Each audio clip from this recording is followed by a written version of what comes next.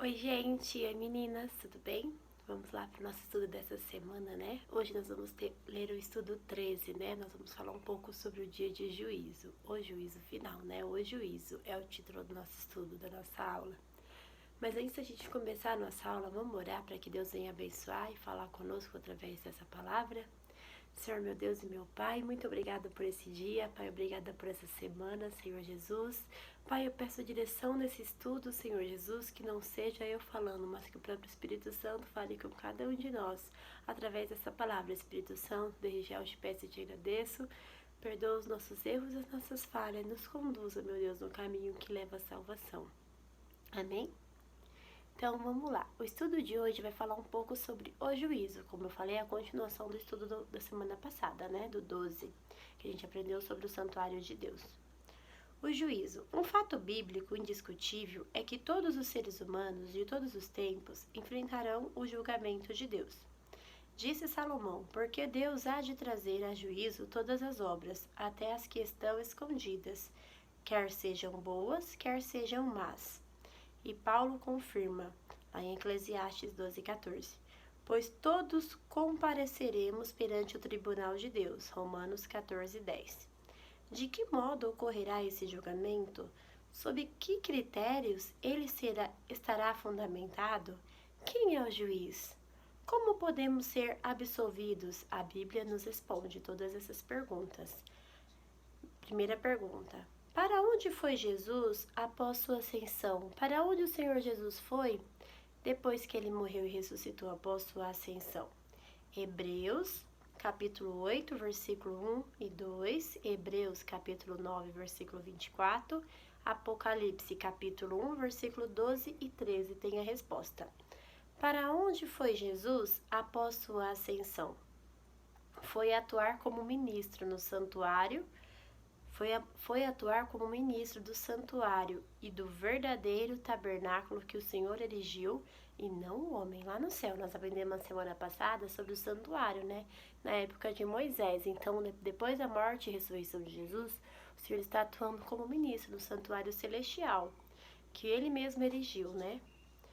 Concluída a obra para a qual viera ao mundo, Cristo retornou vitorioso ao santuário celestial, para aplicar os méritos de seu sacrifício em prol de seus filhos. Na Epístola aos Hebreus é dito que existe como outro santuário maior e mais perfeito, do qual o santuário terrestre era apenas uma figura, e que este verdadeiro santuário se encontra no céu. Hebreus, capítulo 8, versículo 1 e 2, Hebreus 9, versículo 11 e 12.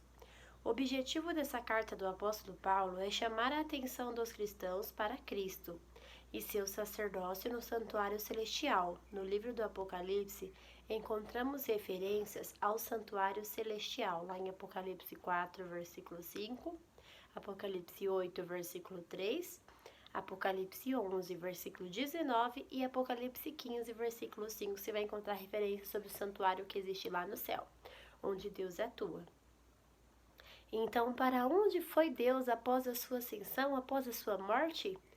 Ele foi atuar como ministro no santuário e do verdadeiro tabernáculo que o Senhor erigiu, e não o homem, que o próprio Deus erigiu lá no céu. Pergunta 2. O que aconteceu no céu no final das 2.300 tardes e manhãs? O que houve lá no céu no final das 2.300 tardes e manhãs?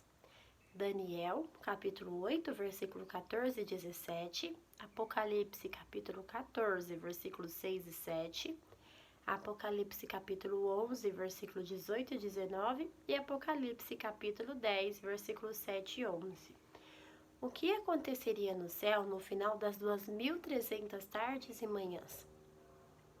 Até 2.300 tardes e manhãs, e o santuário será purificado. Temei a Deus e dai-lhes glória, pois é chegada a hora do seu juízo, e adorai aquele que o fez, o céu e a terra e o mar, e as fontes das águas. É necessário que ainda profetizes a respeito de muitos povos, nações, línguas e reis. A purificação do santuário é uma referência ao início do juízo, que antecede a volta de Cristo à terra. Aprendemos que no santuário Uma vez ao ano, no 10º dia do 7º mês, dia da expiação, o sumo sacerdote entrava no lugar santíssimo para realizar a purificação do santuário. Da mesma forma, ao findar dos 2.300 dias proféticos, os anos, em 22 de outubro de 1844, Jesus entrou no lugar santíssimo do santuário celestial para ministrar como juiz. O santuário, ao mesmo tempo, aqui na terra, segundo a profecia, Deus levantou um movimento restaurador de verdades que ainda hoje anuncia ao mundo a chegada da hora do juízo. Isaías 58, 12. Pergunta 3. Que profecia revela a data do início da contagem dos 2.300 anos? Que profecia revela o início da contagem dos 2.300 anos? Daniel, capítulo 9, versículos 24 e 27. 70 semanas, 490 anos. O início da contagem das 70 semanas, que é os 2.300 anos, o início da contagem das 70 semanas proféticas e dos 2.300 anos se deu no ano de 457 a.C., com o decreto do rei Artaxerxes, permitindo a reconstrução do templo e da cidade de Jerusalém.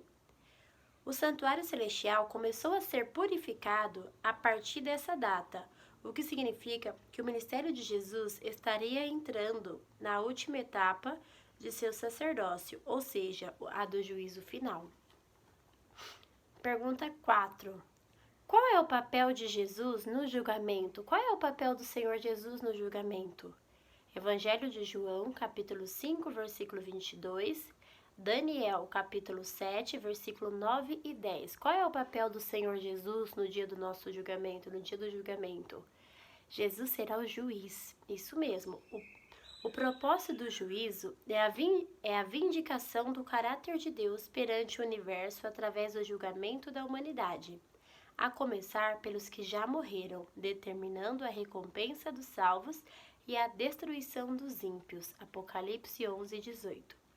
Jesus é o único que pode defender-nos no julgamento, pois foi ele quem pagou o preço da redenção daqueles que o aceitaram. Portanto, ele é o defensor, mas também será o executor da punição. Jesus, lá no dia do juízo final, ele vai nos defender como advogado fiel, mas ele também vai ser o juiz que vai decretar a nossa sentença final, que é a salvação para a glória de Deus, para morar com ele na Nova Jerusalém, ou a morte eterna. Pergunta 5. Além de juiz, qual é a outra função desempenhada por Jesus? Além de juiz, qual é a outra função desempenhada por Jesus? Acabamos de responder, né? 1 João, lá em 1 João, capítulo 2, versículo 1, tem a resposta. Além de juiz, qual outra função Jesus terá no dia do juízo? Temos um advogado que intercede por nós junto ao Pai. Além de juiz, Jesus será nosso advogado. Ele vai nos defender e depois nos dará a nossa sentença final. O juízo é realizado em 3 fases. Primeira fase, investigação, teve início em 1844 e terminará pouco antes da volta de Cristo. Segunda fase, comprovação, ocorrerá durante os 1000 anos. E terceira fase, execução, juízo final, que ocorrerá após os 1000 anos. Apocalipse 20, versículo 4, 1 Coríntios 6, 2, Apocalipse 20, versículo 7 ao 10. Jesus tem uma função dupla no santuário celestial. Além de juiz, ele é advogado da humanidade, representando o pecador diante de Deus, porquanto há um só Deus e um só mediador entre Deus e os homens, Cristo Jesus. Homem. 1 Timóteo 2,5. Nosso advogado é fiel e nunca perdeu uma batalha. Nosso Jesus é fiel, ele não perde uma batalha, então ainda dá tempo. Vem para Jesus, Jesus tem tem um céu para te dar, Jesus quer te dar o melhor. Pergunta 6. O que Deus julgará? O que Deus vai julgar na gente, em mim e em você? Eclesiastes 12, 14. Todas as coisas. O que Deus julgará? Eclesiastes 12:14. Todas as coisas. O juízo de Deus será estabelecido segundo a verdade que recebemos de sua palavra. Romanos 2:2. A Bíblia é clara ao afirmar que os mortos serão julgados segundo as suas obras, conforme o que há escrito nos livros celestiais, que são registros perfeitos por Deus e pelos anjos. Portanto, a salvação é pela graça mediante a fé. Efésios 2:8. Então, o que Jesus julgará? O que Deus julgará? Todas as coisas, todas as nossas obras, quer sejam boas, quer todas as nossas obras, quer sejam boas, quer sejam más. Ele vai julgar tudo, nossa vida inteira, tudo que a gente fez de bom ou de ruim. Aí vem o advogado, que é o próprio Jesus, que vai nos defender, vai pesar, e o lado que pesar mais da balança vai decidir a nossa sentença final. Por isso que é importante que a gente seja fiel a Deus, a gente ame a Ele sobre todas as coisas e procure agradá-lo em tudo que a gente fizer. Amém? Pergunta 7. De que modo seremos julgados? De que modo eu e você vamos ser julgados? Apocalipse, capítulo 20, versículo 12. De que modo a gente vai ser julgado? Conforme o que está escrito nos livros. No livro da vida estarão escritos os nomes de todos aqueles que aceitaram a Cristo. 1 João 5, versículo 12. No livro memorial estará o registro dos atos dos que temem ao Senhor. Miqueias 3,16. Quem tiver o nome no livro da vida estará salvo. Quem não tiver é porque não se arrependeu de seus pecados e procurou se desviar das orientações do Senhor. De uma maneira ou outra seremos julgados com justiça. Aquele que for encontrado o nome no livro da vida estará salvo. E o livro memorial é o livro que consta todas as nossas obras. Cada dia da nossa vida é uma página do livro memorial, onde a gente vai escrevendo tudo que onde Deus vai escrevendo, nosso anjo vai escrevendo tudo que a gente faz nesse dia, entendeu? Então, hoje é uma página desse livro, amanhã será outra página que será escrita da sua vida. Então, gente, que essas páginas estejam escritas com obras boas que agradem ao Senhor Jesus, tá? Porque Deus ama todos e o desejo deles é salvar todos. O desejo dele. Pergunta 8. Quantos comparecerão perante o tribunal de Cristo? Quantas pessoas vão estar lá no tribunal de Jesus? Quantos comparecerão perante o tribunal de Cristo? 2 Coríntios, capítulo 5, versículo 10. Todos nós compareceremos ao tribunal de Cristo. Paulo afirma, todos nós compareceremos perante o tribunal de Deus. Romanos 14, 10. Todos os dias, cada um de nós está decidindo aonde passará a eternidade, de acordo com Apocalipse 22, versículo 12. Quando ele vier, trará a recompensa de cada um. Deus não faz acepção de pessoas. Todos serão analisados e julgados de maneiras justas. Romanos 2,11. Então, não vai ser só o bandido, só o estrupador que vai comparecer ao tribunal de Deus. Todas as pessoas, a humanidade inteira vai estar lá no juízo, tá bom? Para dar conta do que fez de bom ou de ruim. Deus vai nos defender. Pergunta 9. O que devemos fazer para sermos aprovados no juízo? O que eu e você deve fazer para a gente ser aprovado por Deus no dia do juízo? Romanos, capítulo 8, versículo 1. Nenhuma condenação há para os que estão em Cristo Jesus. Olha só, irmãos. Não há condenação para aqueles que aceitaram a Cristo, que se converteram verdadeiramente, que se arrependeram dos caminhos maus e decidiram viver uma vida com Cristo. Então, essas pessoas que aceitaram a Jesus já são salvas, não precisarão temer a esse dia, porque Jesus já deu a sentença final daqueles que aceitaram a Ele, daqueles que vivem de maneira que o agrade. Amém? A boa notícia para aqueles que estão seguindo Jesus, a boa notícia para as pessoas que estão seguindo Jesus e obedecendo os seus mandamentos é que comparecerão perante o tribunal de Cristo, mas não haverá condenação para aqueles que estão em Cristo Jesus. 1 João 5,12. Estar em Cristo significa ter um relacionamento profundo com Ele e com o nosso próximo, o que implica em ter a vida moldada à imagem e semelhança de Deus e observar as orientações de Sua palavra. Amém? Pergunta 10. Qual é a norma pela qual seremos julgados? Qual é a norma pela qual eu e você vamos ser julgados? Tiago, capítulo 2, versículo do 10 ao 12, Eclesiastes, capítulo 12, versículo 13 e 14. Seremos julgados pela lei da liberdade. Qual é a norma que eu e você vamos ser julgados? A gente vai ser julgado pela lei da liberdade. Não existe julgamento sem lei. A base do julgamento celestial é a lei de Deus, chamada lei da liberdade. É importante a compreensão de que apenas o sacrifício de Cristo nos garante a certeza da salvação.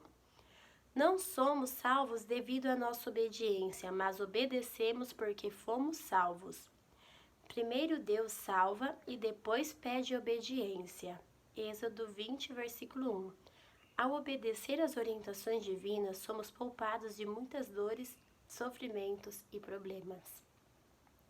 Então a gente não é salvo pela nossa obediência, a gente é salvo, a gente obedece porque a gente ama Cristo e assim Ele nos dá a nossa salvação. A gente não tem que obedecer a Deus por medo de morrer para sempre, por medo de não ir para a eternidade.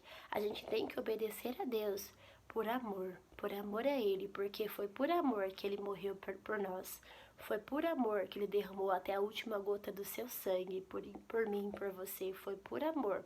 O sacrifício dele não foi em vão. Ele morreu por mim e por você, porque Ele te ama, porque Ele me ama. E por isso que eu e você temos que obedecer a sua lei, os seus mandamentos, a sua palavra, por amor.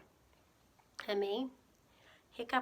Recapitulação. Após sua ascensão, Cristo foi atuar no santuário do céu. A profecia que revela a data do juízo e das 2.300 tardes e manhã, a partir do ano de 1844, Cristo, além de intercessor, atua como juiz. As 3 fases do juízo são investigativo, comprovação e execução. Deus vai julgar todas as coisas. Todos nós compareceremos perante o tribunal de Cristo. Não há nenhuma condenação para aqueles que estão em Cristo e guardam seus mandamentos. Amém? Compromisso de fé entre eu, você e o nosso Pai. Você deseja obedecer à palavra de Deus e aos seus mandamentos? Amém, Jesus. Você aceita Jesus como seu Salvador e o constitui como seu advogado pessoal? Amém, Jesus. Vamos orar para entregar esse estudo? Que Deus abençoe. Senhor, meu Deus e meu Pai, Jesus, obrigada por ter aberto os nossos olhos, Senhor Jesus, nesse dia, papai. Obrigada por essa palavra, Senhor Jesus, que ela entre em nosso coração e que ela venha dar frutos, que a gente venha passar para os nossos familiares e amigos e que todos venham entender que o Senhor é o nosso advogado fiel. Amém. Que Deus abençoe.